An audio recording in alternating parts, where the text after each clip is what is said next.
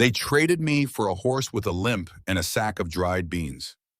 That's how my story begins, not with a wedding ring or a man's promise, or even a proper goodbye, just a crack of laughter from the saloon door as they loaded me onto a wagon, and someone muttering, "She'll be more used to him than to us." I was 41 years old. Not young, not old, just invisible. A widow, Irish, too sharp for a maid, too plain for a mistress, too old for a wife. They called me Spinster, like it was my birth name. Spinster Mary Ellen, as if I hadn't buried a husband, cooked for officers, scrubbed their filth from sheets and soup pots alike. But I wasn't bitter. Not then. I was just tired. Tired of being reminded what I was not. The man they gave me to gave, mind you, not wed, was said to be part ghost, part savage. His name was Taza. They said he didn't speak, didn't smile, didn't sleep. Just sat by the edge of the woods with one bad leg and two good eyes that stared through men like smoke. A soldier's bullet had shattered his knee at Skeleton Pass. They dragged him back like a trophy, patched him up, and left him in a cabin 3 miles from Fort Lowell. Too dangerous to let near town, too broken to ship off to the reservation. And they thought I'd be a good fit. He needs a cook, a nurse, not a wife. He won't touch her, they said. She won't complain. She never had much to lose. That ride out to his cabin was the longest of my life. The mule pulled slow, like even it knew this was a one-way trip. The land got wilder with every mile. Dry grass crackling under wheel, saguaros standing like sentinels in the dust. When we reached the shack, the driver didn't wait, just dropped my bag, nodded toward the door, and turned around. I stood there with nothing but a trunk of old clothes, a jar of salt, and the remains of a name that no longer opened any doors. I knocked once. No answer. Twice. Still nothing. So I pushed the door open. The room was dim, all wood and shadow. No welcome, no warmth, just him, sitting by a low fire, one leg stretched out stiff like iron, eyes like stones under a brow that hadn't known peace in years. He didn't look at me, just said one word in an accent thick as the dirt on the floor. "Boil." I blinked. "Excuse me?" He pointed to the kettle. "Boil water." That was it. No greeting, no question of name or purpose. I stood there, hands still on my bag, heart pounding like a drum in my chest. But I boiled the damn water. I could have left, could have walked the 3 miles back in the dark, but I didn't, because something in me, maybe the last stubborn spark, refused to be discarded that easily. That night, I unpacked my things. One spoon, one comb, a Bible I hadn't opened in 10 years. He watched me from the corner, silent, unmoved. "Where do I sleep?" I asked. He pointed to the far side. "Floor." I narrowed my eyes. "You expecting me to sleep on pine needles?" "No expect," he said, shrugging. "Just say." I took the cot, let him have his floor. If that made me unwelcome, so be it. The silence between us was heavy, like two walls built back to back. I could feel his pain, not from his leg, but from the way he flinched when I stepped too close, the way he never turned his back, even when stirring the fire. The next morning, I boiled coffee and fried some cornmeal. He didn't eat it. "You're not going to last long if you starve yourself," I muttered. He glanced up. "Your food is hard." I stared. "Hard?" "Like woman who makes it." And then, before I could stop myself, I said, "And you're just a broken man who plays dead because it's easier than healing." He stood then, slowly, painfully, but stood nonetheless, came close enough that I could smell the smoke on his shirt. Then he said something low in Apache. I didn't understand the words, but I understood the tone. It wasn't threat. It was warning. And I realized then, I wasn't just in someone else's home. I was in someone else's grief. And so was he. Two broken things, a war widow with no one to bury her, and a warrior who'd already buried himself. That was the arrangement. But God help me. I didn't come to die quietly. They traded me, not married off, not chosen, traded for a crippled horse and a sack of beans, and not a soul blinked. I was 41, a war widow. No children, no kin, no future. They called me spinster like it was a disease. I'd cooked for ranchers, served officers, buried a husband in the ground, and my youth beside him. And for all that, they decided I was worth half a mule. No man would have me. No woman pitied me. And so they made a deal. His name was Taza, an Apache warrior, crippled, silent, feared. They said he survived Skeleton Pass with a shattered leg and a shattered mind. Now he lived in a shack at the edge of town, unwanted by the army, untouchable by the town. He needs help, not a wife, the sheriff had said. She's got nowhere to go, said the pastor's wife.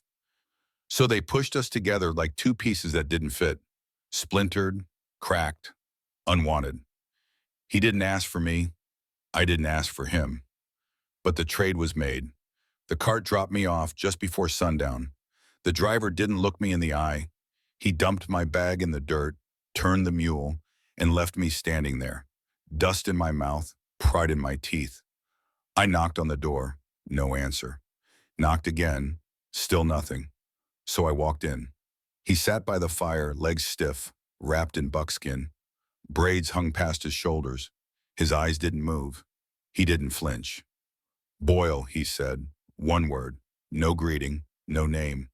Just a command. I boiled the damn water. That night he pointed at the floor. Sleep there. I took the cot. We didn't speak again until morning. When I handed him beans, he tasted them and muttered, "Your food is hard." "You're welcome," I said flatly. "Like you," he added. "Hard." I looked him dead in the eye. "And you're just a broken man too proud to admit he needs help." He didn't deny it. He didn't blink. He just stared like he'd been seen for the first time in years. And maybe he had. That was the beginning. He didn't speak much. When he did, it was clipped, dry, pointed like an arrow. Boil water. No meat. Clean that. I followed the rhythm, not because he ordered it, but because silence was better than scorn, and because something in him, like something in me, was still alive, even under all that ruin. Every step he took was pain. You could see it in his go, the way he locked it tight. But he never complained, he never groaned, just grit and carried on. That leg should have killed him, but it didn't, and that said everything. I washed his clothes, changed his bandages, sat across from him at night as the wind scraped the walls. We didn't speak, didn't need to. He started calling me Cold Fire. I started calling him nothing at all. Because names don't matter when both of you have already been erased. But still, we endured, we ate, we worked, we sat in the dark. He sharpened a second knife and gave it to me without a word. Not a gift, not a peace offering, a gesture, a signal. He didn't trust me yet, but he didn't fear me anymore. That was something. One night I asked, "What did you do before they broke your leg?" He didn't look up, just answered, "Sang." Sang? Every warrior sings before the fight, Easter, or when they know they won't return. "You still sing?" His silence said enough, and I understood. Some wounds don't bleed, some songs are swallowed, some people become quiet to keep from breaking, and some women, like me, stop dreaming, not because they've given up, but because no one's ever offered them a reason to hope again. So I stayed, not out of kindness, not duty, because I saw in him what no one else dared see in me, not what was broken, but what had survived. We didn't start with kindness. We started with wounds. His were visible, torn flesh, a twisted leg, the kind of pain you learn to carry like a second spine. Mine were hidden, buried deep behind years of silence, of being passed over, forgotten, pitied, pitiless. But pain knows pain, even when it doesn't speak. I cooked. He didn't thank me. He limped. I didn't ask if it hurt. We didn't smile. We didn't joke. We didn't even sit at the same table. That cabin might as well have been split in half. One side his, quiet, worn, watching. The other mine, restless hands, boiling pots, scrubbing things that would never be clean. We shared the fire, but not the warmth. He called me Cold Fire. I called him nothing. I'd been traded for beans and a limping horse, and he hadn't even looked at me properly. Not once, not a question, not a glance of curiosity. Just commands, clipped like stone. Boil. Clean. No meat. To him, I wasn't a woman. I was labor, a hand, a shadow. But I saw him, whether he wanted me to or not. He moved like the ground hurt him, like his body no longer belonged to him. When the wind rose at night, he flinched, not from cold, but from memory. One morning, he tripped in the yard. I heard the fall, the sharp scrape of bone on dirt. I rushed out and found him there, face to the earth, fists clenched. "Let me help you," I said. He growled. "No." "You're bleeding." I said no. I knelt anyway. He tried to shove me off, but it was a weak shove. I peeled back the wrapping on his leg. The wound had reopened. A red line snaked under the skin. "This is infected," I said. "I don't need you." "Well, at that on you," I snapped. "You've got me, so sit still and suffer quietly." I could feel his glare burning holes into my spine, but he didn't move. That night, as I washed the cloth in silence, he said something I wasn't expecting. "You hate it here." I paused. "I don't hate this place," I said. "I hate what it reminds me of." "What is that?" "That people like me don't belong anywhere." The fire popped. He stared into it like it owed him answers. He said nothing, but he didn't argue. In that silence, it was the first real thing we'd shared. The next day I made stew, not just beans, but rabbit, herbs, salt, a proper meal. He frowned when I set the plate down. "No beans?" "No," I said. "Something better." He took a bite, chewed slowly, then, "Too much salt." I rolled my eyes. "Then die thirsty." He actually smiled, not wide, not bright, but a smile. That evening I found a small knife, newly sharpened, laid gently beside my seat. He didn't say a word, just left it there. I understood. A gift, yes, but not of protection, of trust. It was the first time he offered me anything. Not long after, a storm came. Thunder cracked like cannon fire. I found him standing outside in the dark, soaked, unmoving, eyes wide. "Get inside," I shouted. He didn't move. I rushed to him, grabbed his arm. His skin was ice. I saw it then, truly saw it. He wasn't in the storm. He was in the war.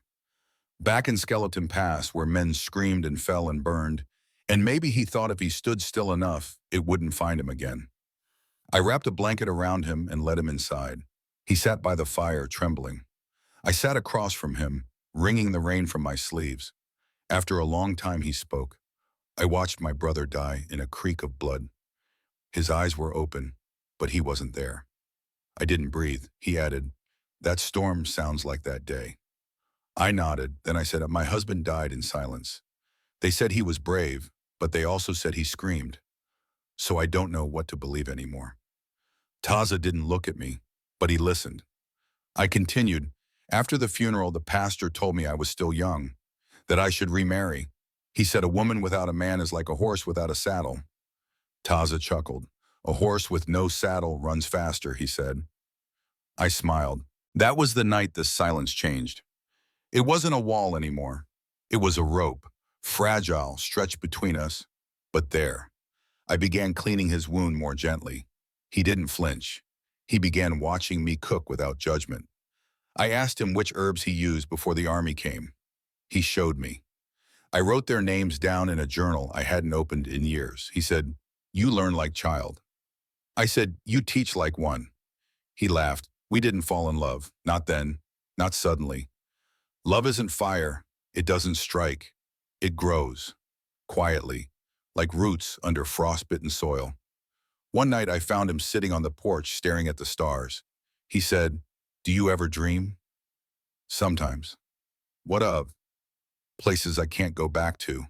People who won't come back." He nodded. Then he said, "I dream of you." I froze. "And what am I doing?" I asked. "You are there," he said. "Just there. Not leaving." And that broke something open in me, because he didn't say loving me. He didn't say healing me. He said not leaving. That was what he feared most. That was what I feared too. Being left. Again. We were strangers the world had forgotten, but we remembered each other. Slowly, word by word, scar by scar. That was how it started. Not with desire, not even with trust, but with a single broken promise. I won't run. And in that house of wounds, that was enough. Some things only bloom when no one is watching, and some hearts only begin to heal when they are finally allowed to stay broken in peace. Ours was not a love story, not yet. Ours was a war story, two survivors who'd laid down their weapons, but not their wounds. He had his limp, I had my silence. But pain is an excellent translator. It speaks without grammar. It listens without words. Taza didn't ask questions, and for a time, I was grateful for that, because questions hurt. Where are you from? What happened to your husband? What will you do now? No one asked those things kindly, but Taza asked in other ways, through glances, through patience, through the way he watched how I boiled yarrow leaves instead of water, or how I cradled the mortar like something sacred. Your hands know plants, he said one morning. I nodded. My mother's hands taught them. He considered that. Then your mother still lives. I looked at him. Not in flesh, he said, but in how you heal. And just like that, a sentence became a door, and I walked through it. I showed him which herbs cured fever in Irish winters. He showed me which leaves cooled heat from desert burns. We mixed roots and language and grief like soup in a shared pot. And from that strange broth, something gentle rose. Not peace, not yet, but recognition. One afternoon, he led me beyond the trees to a clearing I hadn't seen before. Quiet, ringed by stones. He crouched and brushed away dirt, revealing a cluster of pale blue flowers. These only grow where blood has fallen, he said. They're called ghost bloom. I knelt beside him. They're beautiful, I whispered. He didn't answer. Instead, he placed one in my hand. I wanted to ask who had bled there. I didn't. Some names are better left to the wind. We stayed in that silence until the shadows stretched long. That night, I couldn't sleep. I stepped outside and found him already sitting by the fire pit, sharpening a stick with his good hand. Do you always sit out here? I asked. When the stars speak, he said. What do they say? He glanced up. They remind me I am small and still here. We shared the night like that, him with his stars, me with my thoughts. I remembered what it felt like to be seen, not judged, not pitied, just seen. And I began to wonder if I had ever truly known silence before Taza. Not the cold kind. Not the one that wraps around you like a wet sheet and whispers you don't matter. But this kind, the kind that says, you can rest now. You've survived. Days turned softer. I sang once without meaning to, just a tune from my girlhood, rising on its own as I stirred a pot of dandelion broth. The melody hung in the air like a secret. Taza didn't say anything. He just listened. The next morning, I found a carved bird on the edge of the windowsill, its wings open, as if caught mid-flight. What's this? I asked. He shrugged. Freedom. For me? For us. That word, us. It lingered, like smoke from a fire that had been burning quietly all along. We began walking together, small steps, him with his carved walking stick, me gathering mint and wild onion. We moved in rhythm, not touching, but near, not speaking, but heard. One morning I stumbled on a patch of sharp stone and cursed. Taza reached out, steadying me. Careful, he said. The land remembers who treads it too carelessly. I chuckled. And what if the land forgets me? He paused. Then I will remember for it. I turned to him, stunned, not by the words, but by the ease with which he said them, as if they'd always been true. Some things don't have to be earned, only seen. Then came the day I fell ill. Fever, sudden and mean. I woke burning, the ceiling above me spinning. I tried to sit up, collapsed, and in the haze I heard his voice, firm, closer than I'd ever heard it before. Mary Ellen, he said, drink. A bitter brew touched my lips. I coughed, tried to turn away. He held the bowl steady. You stay, he said. You stay with me. I stayed. 2 days passed in a blur. He fed me broth, bathed my brow, sat beside me through the shivers. I remember the smell of creosote on his skin, the roughness of his palm as he steadied my head. And I remember his humming, low, steady, ancient, like a mother singing her children through winter. When I awoke fully, he was there, You look like death, I whispered. He smiled. You sound like home. And that was the moment I knew. This was no longer survival. This was choosing. That night I reached for his hand. I didn't come here to be saved, I said. I didn't bring you here, he replied. You stayed. Silence. Then, I stayed because I wanted to. He nodded once, and the world, as cruel and vast and lonely as it had been, suddenly felt small enough to hold in one breath. Ours. One night as we sat by the fire, he told me a story. When I was young, I asked my grandfather if love was like thunder. And what did he say? He said no. Thunder makes you look up. Love makes you stay still. I stared at the fire. I've run from a lot of places, Taza, but with you, I forget to leave. He turned to me. Then don't. We didn't kiss. We didn't need to. Our love didn't arrive like a flood. It gathered like rain in dry soil. Slow, patient, absorbed. One drop at a time. And now there was life growing where nothing had dared to grow before. In him, in me, in the silence between us. The boots came first. 4 pairs, fast, heavy, breaking the morning stillness like a threat. Then came the flags, the brass, the law, and the silence shattered. Taza was stacking kindling when they arrived, slow, steady, the way he always moved. I was washing cloth by the barrel. The water in my hands stilled, turned to ice. They came on horseback, eyes sharp, rifles glinting. Military men with polishing spines and practiced scowls. At the front, a clean-shaven officer with a voice I'd heard once at the town hall. Smooth, tight, always in order away from cruelty. He didn't bother stepping off the saddle. "Mrs. Mary Ellen O'Connell," he called. My name felt foreign on his tongue, like something dragged into court without its consent. "I am," I said. He scanned the cabin behind me. "I'm here under federal directive. The Apache man, Taza, is to be relocated. This land lies within proximity to Fort Lowell. Tribal persons are forbidden to dwell so near to a military installation. He's to be removed, immediately." His words were neat, cold, delivered like a telegram, as if he were talking about cattle. Taza stepped into view, limped once, then stood tall. The officer didn't flinch. "That man is a former combatant. He does not belong here." I felt the blood rise behind my ribs. "He belongs exactly here," I said. "You don't." The soldiers exchanged glances. One shifted his rifle. The officer continued, tone polite but condescending. "Mrs. O'Connell, I must remind you that harboring an unauthorized native, especially a former warrior, places you in violation of territorial regulation. You may be charged." I stepped forward. 1 heartbeat. 2. "Then charge me."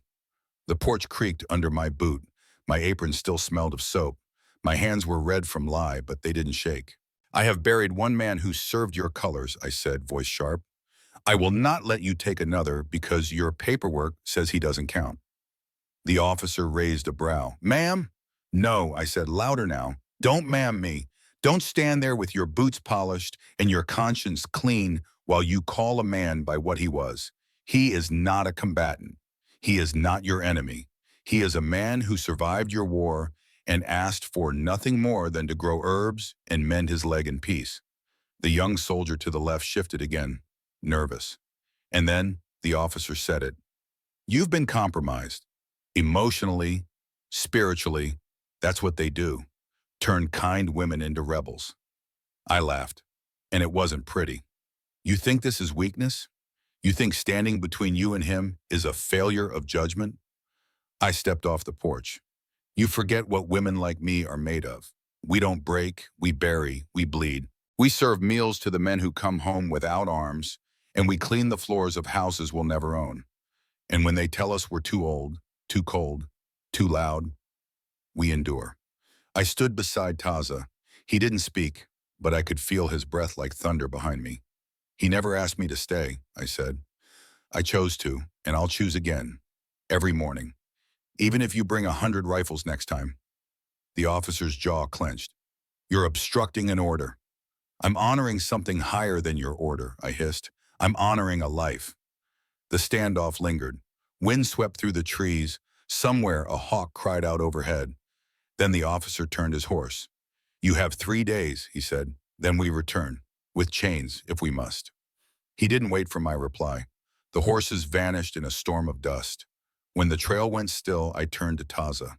"I won't let them take you," I said. He stared at me for a long moment, then placed his hand gently on my shoulder. "You would fight for me?" "I already am." That night, I loaded the rifle. Taza said nothing. We both understood. The next day, I walked into town. It was quiet, too quiet. The shopkeeper eyed me like I carried a disease. The pastor's wife crossed the street.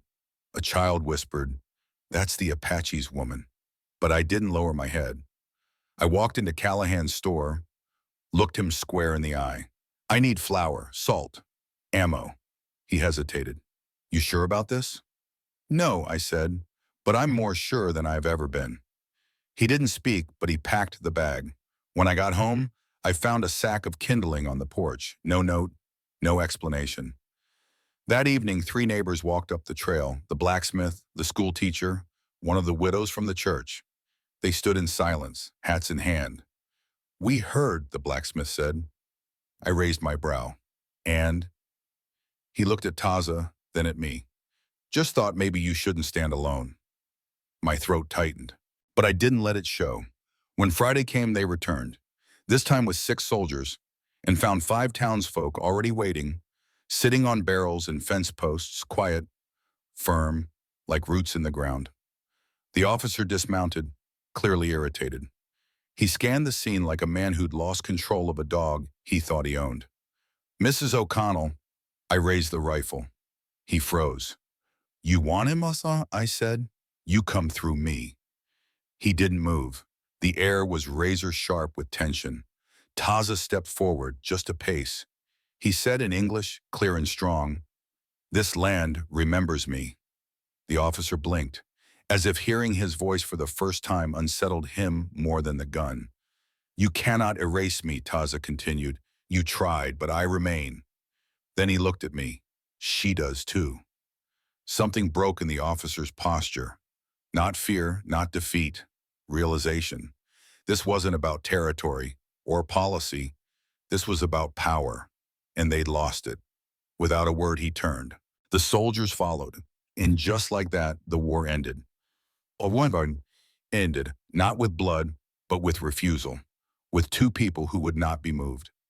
That night, Taza held my hand as we watched the fire. "You were thunder," he said. "No," I whispered. "We were." When the soldiers left, they didn't slam a door or fire a shot. They just vanished, like a storm that never quite broke. But something inside me shifted forever. I didn't cheer, I didn't celebrate. I stood on the porch, the rifle still warm in my hands, and breathed. The kind of breath you only take after choosing to stay when everything tells you to run. Taza didn't say a word. He placed one hand on my shoulder. I placed my hand on top of his.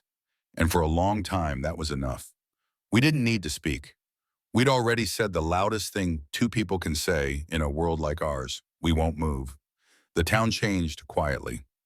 The next morning, a sack of firewood appeared on our step, chopped clean, tied with twine. No note, no name, just kindness. The day after that, someone left dried corn, then coffee beans, then a loaf of sourdough wrapped in cloth that smelled like Callahan's store. Taza examined the ground near the step and said simply, "They are with us now." Not all of them, not loudly, but it doesn't take a parade to change a town. It takes one neighbor choosing kindness, then another, then a third. People still stared when we came through town, but fewer turned away, and some nodded, not out of approval, out of respect. And that was enough, fixing what had been left broken. Taza's legs still ached most mornings. The wound had healed on the outside, but the bone underneath had set wrong. He'd lived with it for years, limped without complaining. But now that we were no longer just surviving, he let me help him live better. We boiled cloth, heated stones, wrapped his knee in herbs and soaked it in salt water until the skin softened and the pain eased. One afternoon, he let me rewrap the entire leg and press on the worst part of the bone. "Will it hurt?" he asked. "Yes," I said. He nodded. "Then let it." It did. He screamed. I cried. But the next morning he walked farther, and 2 weeks later, he knelt for the first time in years to tend the garden beside me. You fixed it, he whispered. No, I said, you gave me permission to try. Learning one another, our conversations grew fuller, lighter. We taught each other words, one at a time across the dinner table. I would hold up a bowl and ask, "What's this in Apache?" He'd answer. Then he'd point to my shoulder and ask, "What do you call this?" Gwalan, I'd say in Irish. He'd grin, say it back awkwardly, then laugh when it came out wrong. We laughed often now, real laughter, the kind you forget you're capable of until someone brings it out of you again. Some nights we just listened to the wind, watched the fire, sat without needing anything but breath and closeness. It was the safest silence I've ever known, burying the past. One morning I gathered what was left of the sack I was traded for. The original one, the one filled with dried beans, exchanged for me like I was an old mule. I didn't cry over it. I didn't curse it. I filled it with seeds from the garden Taza and I had grown together. Life from this soil, not loss. Then I called him to walk with me. We went to the edge of the wash, dug a shallow hole, and laid the sack to rest. I'm done carrying this, I said. Taza placed something next to it, his old splint, and I'm done carrying this. We covered it with earth, placed a flat stone over it, and walked away. We didn't need a grave marker. The earth would remember. Being seen. Word spread that the army wasn't coming back. People relaxed a little more. The blacksmith started nodding when he saw me. The teacher dropped by to ask if I'd teach her about desert plants. A widow offered me her extra blankets when the wind turned cold. The pastor never welcomed us, but he stopped preaching about God's order. That was its own kind of progress. Once when we walked into the store together, a child whispered, "That's the woman who stood up to soldiers." And the man beside her said, "That's the woman who chose right." Not everyone saw us clearly, but enough did, choosing each other out loud. Winter came soft that year. We patched the cabin, sealed the windows, dried herbs. We were warm, safe. And one night after the fire had died down and the world outside was still, Taza said, "My people have a word for what we are." I looked at him. It means not owned, not bought, chosen. I sat quietly, then I said, "We have a word too. It's called marriage." He considered that. "Does your marriage need a church?" "No," I said, "it only needs truth." He stood slowly, crossed the room, and placed something in my hand. It was a carved bird, the same one he'd made months ago. But now the wings were gently split into two. He gave me one half. "You keep this," he said. "I'll keep the other." I looked up. "That's your ring?" I asked. He nodded. "Stronger than gold." And I believed him, a life of our own making. No papers, no priest, no one watching. Just the fire, the silence, and two people who had stopped apologizing for being exactly where they were. Taza's limp eased with time. He moved slower than most men, but he moved with purpose. I still cooked too much. He still said my soup was too bitter. I still called him stubborn. He still called me cold fire. Affectionately now. We argued. We laughed. We worked. And when we sat together, I no longer sat across. I sat beside. Side by side was the only place we belonged. The officer returns. He came back once. Lieutenant Granger. Alone. No troops, no threats. Just a man on a tired horse, passing through. He didn't dismount. But as he passed the cabin, he tipped his hat. I nodded back. That was enough. Some debts are better paid in silence. The life we built. We planted new crops in the spring. Taza taught me how to track deer by broken branches. I taught him how to bake bread without burning it. We weren't a spectacle anymore. We were just us. A quiet home on the edge of a wild world. Two people who had been called broken, forgotten, and traded, who proved that nothing is more powerful than choosing someone when you don't have to. Not because the world says you should, not because someone else arranged it, but because in the stillness between two ruined hearts, something green had dared to grow, and it had not died. The years didn't rush. They settled. No more soldiers, no more stairs, just seasons, one folding quietly into the next. Taza walked better with time, not perfectly, but proudly. His limp remained, but it no longer defined him. He moved with purpose, with peace. I kept the hearth, tended the herbs, cooked more than we needed, and shared what we didn't finish. The cabin, once filled with silence that cut, was now a home filled with silence that healed. Some people say peace is the absence of conflict. I think peace is the presence of someone who sees you and stays. We had no title, no documents, but we had roots, deeper than any stake the government could plant in a ledger. People stopped calling us names, they started calling us neighbors. The widow who once crossed the street now asked me how to boil pine bark for a fever. The blacksmith who once looked away nodded when we passed. One of the children who had mocked us years ago asked if Taza could teach him to carve. We never became anyone's ideal. We didn't need to. We simply became undeniable. One night just before winter returned, I sat beside Taza as he carved in the firelight. He paused, looked up, and asked me softly, "Do you think this was fate?" I thought for a long time before I answered. "No," I said. "I think this was a choice. That's what makes it matter." He smiled and nodded. "There's more strength in choosing than being chosen," he said. He was right. Sometimes people still ask, "Were you really traded for beans? Was he really a soldier? Did you ever marry?" Yes, yes, and no. We never signed a paper. But every day we stayed, we said yes again. To each other, to the land, to the life we built in the ashes of two broken pasts. They wanted to define us by what we lacked. We redefined ourselves by what we gave. If you're listening to this, maybe you're standing at a crossroads. Maybe someone told you that your best days are behind you, that love has an age limit, that you're too complicated to be understood, too tired to begin again, too bruised to be chosen. Don't believe them. You are not someone else's lost cause. You are not the sum of your scars. You are not the name they gave you when they didn't know your story. You are your choices, and you can choose again. At 40, at 60, at any moment you stop asking for permission and start listening to the quiet voice that says, stay, try, grow. That's what I did. That's what we did. And we were free long before anyone noticed. I share this not for pity, not for praise, but for remembrance. Because somewhere, someone like me is still waiting to be told. It's not too late. It never was. If this story stirred something in you, if it reminded you of who you are beneath the noise of what the world told you to be, then don't let it end here. Leave a comment. Tell me what you've chosen, or what you're still choosing. Share this with someone who needs a reason to believe in second chances.